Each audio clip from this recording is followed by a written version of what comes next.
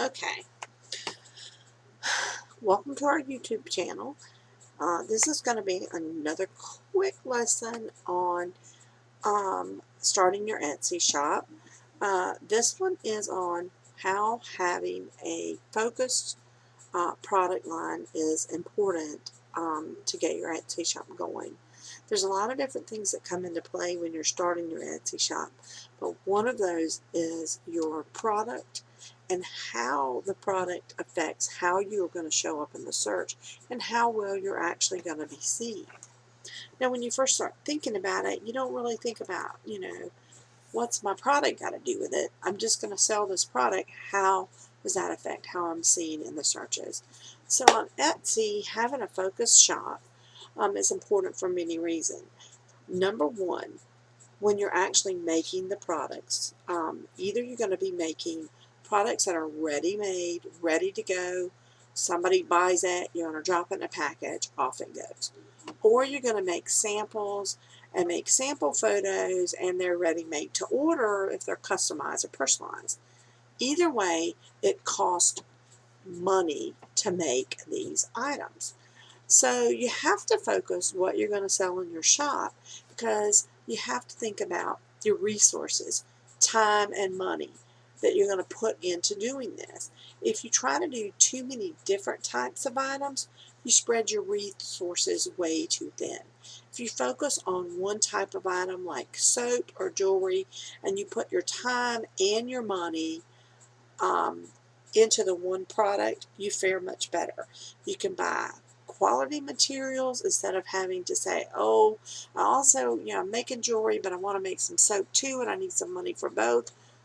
When you get into all that, it just eats up your finances, and your product can't be the best could possibly be, because you've spread yourself too thin. Also, with the time it takes, no matter what you're making, it takes time to learn how to be the best you can be. You want to be a master of your product so that it's high quality and your customers keep returning. As they say, a jack of all trades is a master of none.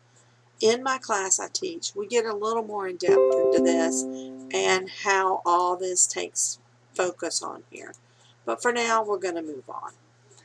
If you have too much variety in your shop, it can affect your shop relevancy. To be relevant in Etsy searches that are large with a lot of competition, you have to learn a few tricks. One of those is in a large search that's like 250 pages, there's about 60 listings or so per page. So that means you need to have enough listings in your shop that fit in that search to make your shop relevant in the search. If you only have 10 listings in there, like 10 of one type of product, you're not going to show up as well in a search as 250 pages.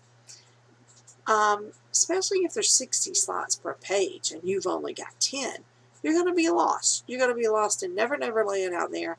So there's tricks you have to learn on how to get seen. I know it seems impossible, but there's tricks to do. That's something we go in more in depth into in the class. But some of the tricks that you use to get found is to first understand that what you sell can affect your shop. Is it a product that's high in demand? Are there a lot of people making it? Or is it something that relatively few people make? Is it better to stick to one thing in your shop, or having a large variety of things, like a big variety store with multiple types of items, like a gift shop, jewelry, soap, cards, t-shirts? Which is best? With one type of item, and you have several different variations, say like jewelry, and you have necklaces, bracelets, or kids' personalized clothing, which way is going to be the best to get your shop seen?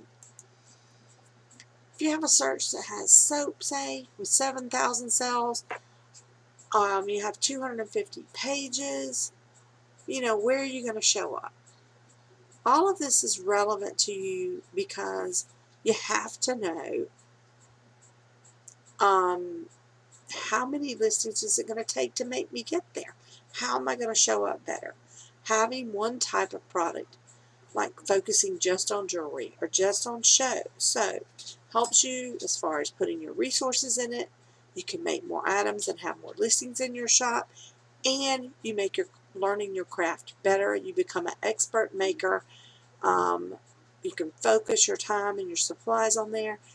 And once you become an expert, you have good quality, and you're going to get customers that are repeat customers. When you focus on the one thing, you put your dollars in there to buy the supplies, you get the best supplies you can, you have the best quality, and then customers are repeaters. Average rule of thumb, 250 pages. You need at least, between 100, 150 listings a lot of times to compete in those high searches. You can do it with less, but you got to do a lot of work. Make sure your keywords are right and your quality, photos, everything has to be perfect. Then you will make your shop more relevant in the search. The quality of products, that's again why we're going to focus on one type of item. It means that you can put the quality items out there that you need to, so that customer reviews are great and they return and refer your friends. Etsy notices this, and those good reviews helps boost your shop. If you have a variety shop, it's harder to make your shop relevant. It's harder for you to reach your number of listings you need in your shop because you have to treat each type item as a different shop. So if you have wire wrap jewelry and you need 100 listings but you only have 50 up, you're still not going to be relevant in the search for wire wrap jewelry. Same thing if you put 50 soap, you're still not going to be relevant in there. One doesn't help the other. That's something else we get into in the class. Two different types of items, you can make it work, but they show in different searches so they don't boost one another. And it's much harder to do that and be successful this way.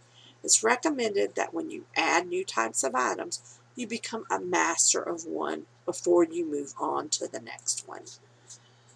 Once you have a proper balance and a good number of listings and your shop shows up better in searches, then it's time to learn the trick. Well, basically, you learn it all at the same time of how to get the listings work up. You want to pick the right amount of products, be ready to list. Then you got to pick those good keywords and learn the tricks of what key phrases needs to be in every single listing in your shop to make you show better. Up next, we'll talk about how your listings need to link together to make them work in a search, how the number of listings affects your shop, and why it's important in high competition searches.